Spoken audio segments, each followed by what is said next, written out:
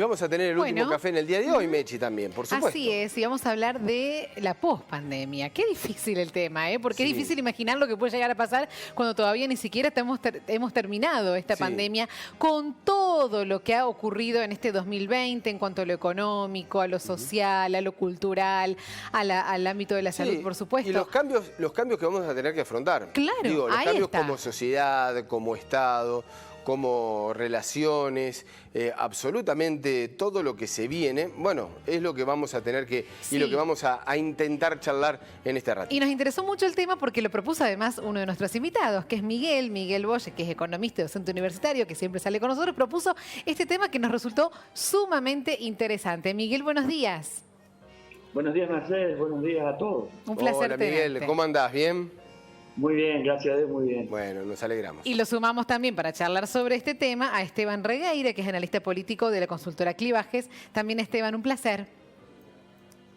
¿Qué tal? Buenos días. Bien, buenos días. Hola, Esteban. Bueno, ¿qué es lo que se viene, Miguel? Post-pandemia a nivel mundial, la importancia de la modernización de los estados. ¿Qué significa esto? Mira, en primera instancia, quiero hacer una aclaración que me va a acompañar el amigo Esteban. Un paradigma es una teoría que no se discute. Ya el paradigma, todo lo que se viene, ya no se está discutiendo hace rato. O sea, no hay un cambio de paradigma por la pandemia. Claro. Lo que sí hay un proceso de adaptación de gente que se pueda sumar o no sumar a esa ideología, a esas formas de ver y ese paradigma, para decirlo de una manera simple. El cambio tecnológico lo tuvimos hace tiempo ya. ¿Sí? No es que... O sea, no apareció todas estas plataformas de contactos, bueno, Meet, Zoom y todas ellas, no aparecieron ahora, existían. ¿Por qué? Porque ya se prevé el cambio de paradigma. ¿Sí? A modo de ejemplo, para dar una introducción también, yo considero que el Sheraton de Córdoba cierra, pero más que nada, porque ya sabe algo antes de la pandemia, que este tipo de tecnologías va a llevar a que muchos congresos y convenciones dejen de ser presenciales. Todos los hoteles 5 estrellas de las ciudades grandes tienen entre un 50 y un 60% de sus ingresos provenientes de ese tipo de eventos. De convención. Esto ya lo saben ellos. O sea, entonces esta primera introducción tiene que ver con que ya se saben las cosas. Pero ¿por qué cierra ahora? Por la pandemia cierra ahora. Es decir, ¿cuándo iba a cerrar? Probablemente después. La pandemia genera un adelanto en muchas de las cuestiones que ya se empiezan a ver. Claro. Déjenme decir con mucho convencimiento que no voy a hablar de Argentina, voy a hablar del mundo. El crecimiento formidable que se va a ver en el mundo a partir de año que viene, año y medio, esto va a quedar grabado. Esta la guardo. Nos vamos a sorprender. ¿Pero qué tipo de crecimiento, Miguel? Claro, ¿por qué? De productividad, fundamentalmente, económico. ¿Por qué? Por esto que digo, o sea, porque el mundo ya estaba cambiando y se aceleraron las cosas. Hoy yo siempre cuento ejemplos que a veces son graciosos. Yo tengo un Jeep, esos Jeep viejos, yo lo compré por internet. Cuando me decían a mí, hace 3 años atrás, que compraste un Jeep por internet, no lo podían creer. ¿Cómo compraste un Jeep por internet? Te estafaron, me dijeron. Bueno, hoy mire lo que le planteo, cambia todo eso. ¿Qué pasó con Mercado Libre, por ejemplo? ¿Qué hizo Mercado Libre? Anticipó un régimen de inversiones que iba a hacer en los próximos años para empezar a algo que ya tenía decidido, que es como, por ejemplo, vender un auto. ¿Por qué es difícil vender un auto? Porque es muy difícil poner lo que hace, perdón, parece que hago chivo, que no tengo nada que ver con esas plataformas. Pero bueno, esas plataformas te dan algo que se llama compra segura. Vendo, compro, digo, y si no me gusta lo devuelvo. Y me devuelven todo el dinero. Eso no se podía hacer con una casa, eso no se puede hacer con un auto. Pero sí es cierto que hay condiciones que van a llevar a que el mundo vaya por ese camino y que eso requiere inversiones. Hoy, por ejemplo, esa plataforma ya incorporó una información relevante para la toma de decisiones de la compra y venta de vehículos de manera totalmente digital, que es, por ejemplo, el precio de referencia. Eso no es un gastito, es una inversión importante que han hecho.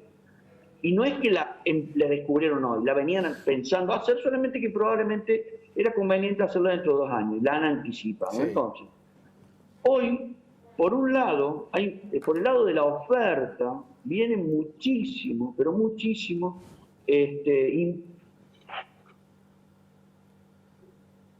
Ahí se nos clavó Miguel, ahí estaba hablando y desarrollando. Pero yo aprovecho a retomar y pasarle la pregunta a Esteban. Miguel ahí estaba hablando de un crecimiento, Esteban, de productividad, un crecimiento económico. Eso puede llegar a ser, obviamente, y aquí está la tarea y aquí está lo político. ¿Cómo hay que prepararse para que ello sea un bienestar para la sociedad, en este caso para la sociedad argentina? Mirá, discúlpame, tengo mucho sonido de estudio y no te escuché la pregunta. Escucho muchos sonidos de fondo y no te llegué a escuchar la pregunta. Bien. No, que recién Miguel, ahí lo retomamos a Miguel. Ya te damos para cerrar, Miguel. El tema de Miguel hablaba de un crecimiento de productividad, un crecimiento económico. ¿Cómo hay que prepararse para que ese crecimiento sea un bienestar también desde lo social, desde que nosotros tengamos en la economía cotidiana un mejor pasar? Digamos, ¿cuánto tiene que ver la política con todo esto, ¿no? Y anticiparse a eso. Por supuesto, creo que ahí está la cuestión. Yo creo que claramente los efectos de esta pandemia, y no solo en Argentina, sino a nivel global, han llegado nuevamente a replantear y a demostrar la necesidad de un Estado presente, ¿sí? Por supuesto que no tiene que ver, y no es decir, bueno, un Estado omnipresente, sin participación del privado. Bueno, no, estamos en otro momento ya. No estamos diciendo, bueno, una vuelta al Estado y a la economía planificada comunista, sino decir, bueno, a ver, esto nos lleva a demostrar que el mercado no lo puede hacer todo.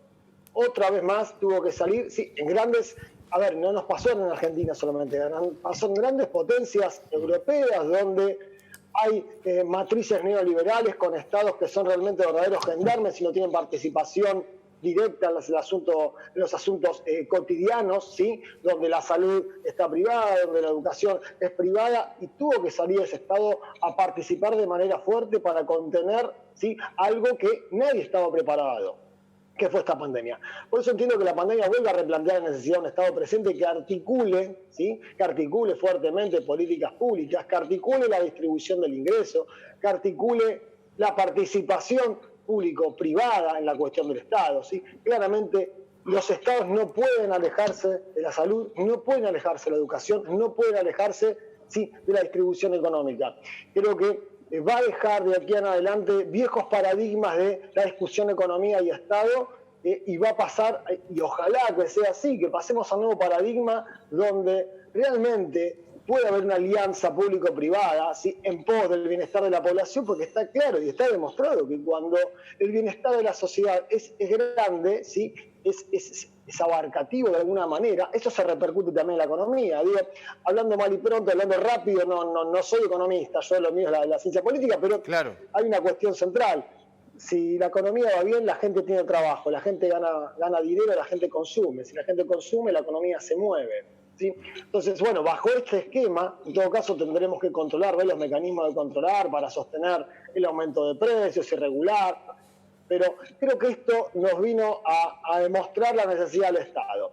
Y claramente es un gran desafío, sobre todo para países emergentes como nosotros, el replantear cómo ese Estado, ¿sí? Va a articular con el privado. Y aprovechar, ¿no? En Argentina venimos de momentos de 30 años donde cuando le dimos todo al sector privado, el sector privado destruyó al Estado, ¿sí? Lo vimos en la década del 90 y tuvimos 4 años donde el avance del privado fue en perjuicio de la cosa estatal. Bueno, tenemos que pasar a un nuevo momento, un momento superador, ¿sí? Donde encontremos esa alianza, y creo que muy bien lo dijo en esa carta la vicepresidenta, llegar a un gran acuerdo social donde en ese acuerdo nos sentemos no solo la parte política, sino la parte social, ¿sí? Los representantes de la sociedad civil, pero también los representantes de los intereses económicos, porque es una nueva alianza para este nuevo Estado, ¿sí? Que nos depara el siglo XXI, que si hablamos de lo sociológico, creo que el siglo XXI empezó ahora. La pandemia fue, de alguna manera, decir, bueno, acá empezó el siglo XXI, ¿no? Así como Hoffman hablaba del siglo XX corto, bueno, el siglo XXI podemos decir que va a empezar en esta pospandemia. Y preparar ese escenario, ¿no, Miguel? El que vos estabas narrando, el que vos estabas comentando. Digamos, hay que prepararse para eso, hay que pensar hablar, porque vos decías, hay muchos que se van adelantando. Bueno, también, ojalá que se proponga ese escenario para que la pasemos mejor todos. Audio. Bien. Dice que no tiene audio, Esteban. Sí, ahí lo vamos a... Ahora déjame terminar, porque voy a ir a la parte de... Déjenme contarles una cosa que espero serlo sintético. Yo he escuchado en mesa de café, cuando decían economía sí, economía no, ¿te acordás? Sí, salud versus economía. Bueno, todo que... La verdad que querría superar esa discusión, pero me acuerdo que decían algo. Una persona me dijo... Sí, pero bueno, la sociedad, la humanidad ha avanzado, ha evolucionado con pandemias donde, bueno, se contagian. Y yo le hice, espero no equivocarme, el siguiente comentario. Le digo, no, pero eso es antes de la sociedad, antes de esta sociedad que tenemos. Eso es el Homo sapiens, ya no era el Homo sapiens. Cuando no existía el Estado, cuando no existían comunidades casi, bueno, así se fue evolucionando. Esa es la teoría darwiniana, ¿sí? En donde el Estado viene, dentro de todas las cosas que viene a hacer, a proteger a los débiles. A partir de ese momento iba a dejar de suceder esa teoría darwiniana de eliminación del más débil. ¿Por qué? Porque hay una entidad que justamente va a proteger. Bueno, ahora voy a hablar de la economía, desde una posición muy ideológica personal, pero que no todo el mundo la comparte, pero otros sí. Yo siempre digo frases como mercado sin Estado es mercado negro. Bueno, ahora lo voy a decir de otra manera. El mercado sin Estado es donde el débil va a desaparecer. Es teoría darwiniana, si quieren, según mi parecer. Siempre va a desaparecer el débil. El débil puede ser bueno o malo. El grande puede ser bueno o malo. Esa es la diferencia. No es que el bueno que come al chiquito en la evolución de las especies es teóricamente bueno. No. Acá puede ser un monopolista que después quiere apropiarse de las cosas. Entonces, así aparece, si yo aplico la teoría darwiniana al mercado, es lo que dijo un economista, o yo la estoy aplicando lo que dijo un economista, yo voy a decir así porque si no me van a saltar la comunidad que no siempre es así. La destrucción creadora. La destrucción creadora es, se van los débiles y quedan los fuertes en la economía. Entonces, el buen empleado que estaba en la chiquita va a pasar a otra que es más eficiente. Y la teoría decía, de alguna manera, se van los ineficientes, no los débiles. Yo pongo los débiles. Para Schumpeter era se van los ineficientes. Entonces, ¿qué pasa? Ahora, porque si no vio el cambio de paradigma, para mí, el Estado a nivel mundial, no estoy hablando de los gobiernos, no me estoy hablando de ingeniería, nada. Estoy hablando de otro. No vio, porque lo que sí se estaba dando, porque ya, por eso hice la introducción, ya había un cambio de paradigma, pero no se adaptó al Estado. Por eso la pandemia generó destrucción creadora y otras cosas más, Es decir, hay muchas empresas que en el mundo cerraron, que aún con la ayuda del Estado iban a cerrar. De hecho, por eso puse el ejemplo de un hotel 5 estrellas. Iba a cerrar lo mismo, distinto tiempo. La pandemia lo adelantó. Y el Estado no pudo acompañar eso. Ahora viene la segunda parte. Entonces, ¿por qué va a haber cambio tecnológico? ¿Por qué va a haber crecimiento? Bueno, porque se dio un cambio tecnológico que se va, porque nos adaptamos rápidamente al cambio tecnológico, porque se adelantan inversiones en ese punto y porque de alguna manera también desaparecieron algunos que en el tiempo iban a desaparecer. Aquellos nostálgicos que estaban con hacer molinos de viento iban a desaparecer de alguna vez. Claro. Eso sí es cierto. Te interrumpo un ratito, Miguel, porque nos queda poco tiempo y Esteban me parece que quiere decir algo también. No, me parece que, ahí apoyando la idea que sostiene Miguel, creo que el caso lo tenemos nosotros y nos metemos acá en lo que sucedió en Argentina. Y bueno, la pandemia terminó y fue necesaria, y es necesaria la participación del Estado, porque acá los efectos más nocivos de la pandemia fueron con los sectores más perjudicados, que fueron los últimos en contagiarse. Si nosotros nos ponemos a pensar, ¿sí?, cómo es el desembarco de los primeros casos de COVID, estaban relacionados con gente que venía de vacacionar en el exterior, y entonces, ¿se acuerdan, no? Que lo primero que se discutía, bueno, es un virus de zona norte acá en Buenos Aires.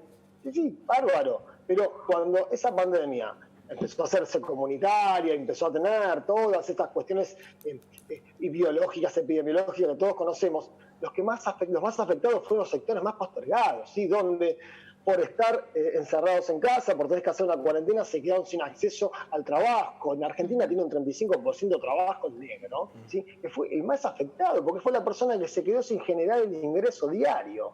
¿Sí? Entonces, pero me permitís una interrupción. Sí. Perdón. Quiero interrumpir en algo porque no me quería meter en la Argentina, pero te voy a decir el error de no adaptarse al Estado cuando la ley de trabajo en casa es tremendamente negativa para lo que se viene. Ahí es donde yo no quería entrar en la política nuestra, porque si no entramos en choque ideológico, y yo no quiero entrar. Pero te doy el ejemplo, y perdóname, Esteban, que te haya interrumpido.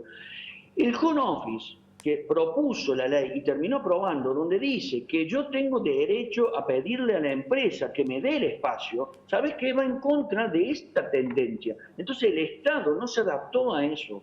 El Estado, ahí es donde digo, la necesidad de tener una visión superadora, porque yo soy pro Estado también, donde el Estado tenga que verla esta realidad. ¿Por qué? Porque si no, se hace multinacional todo, se hace transnacional todo, y se van a comer a los estados nacionales porque no tienen respuesta, porque están con una inercia, porque probablemente los estados sí no vieron el cambio de paradigma. Entonces yo lo que quiero decir, los gobiernos, y no se adaptan los estados. A lo que yo te quise decir con este ejemplo, y perdóname la interrupción, no, justamente tenemos la necesidad de que los gobiernos empiecen a ver con ojos muy amigables todo esto, porque de hecho terminaron sacando una ley que, acuérdense, que fue en contra de todo, termina generando el efecto totalmente en contra. ¿Por qué? Y porque entonces, si yo, ¿por qué quería el trabajo? Como empresario quiero el trabajo en casa, por muchos factores. Uno de ellos, porque tengo menos espacio físico y consumo dinero en menos espacio físico. Si vos me obligás a tenerlo ocioso, entonces ya no contrato de esa manera. Pero el trabajo en casa tiene un fuerte incremento de productividad y hay que regularlo de otra manera. Por ejemplo, que no haya abuso. Miguel, eso es otra cosa. Nos tenemos que ir, se nos acaba el tiempo, pero muchas gracias a los dos. Gracias por su opinión, por su palabra. Es muy interesante el tema. Muchas gracias. Gracias a ustedes. Hasta luego.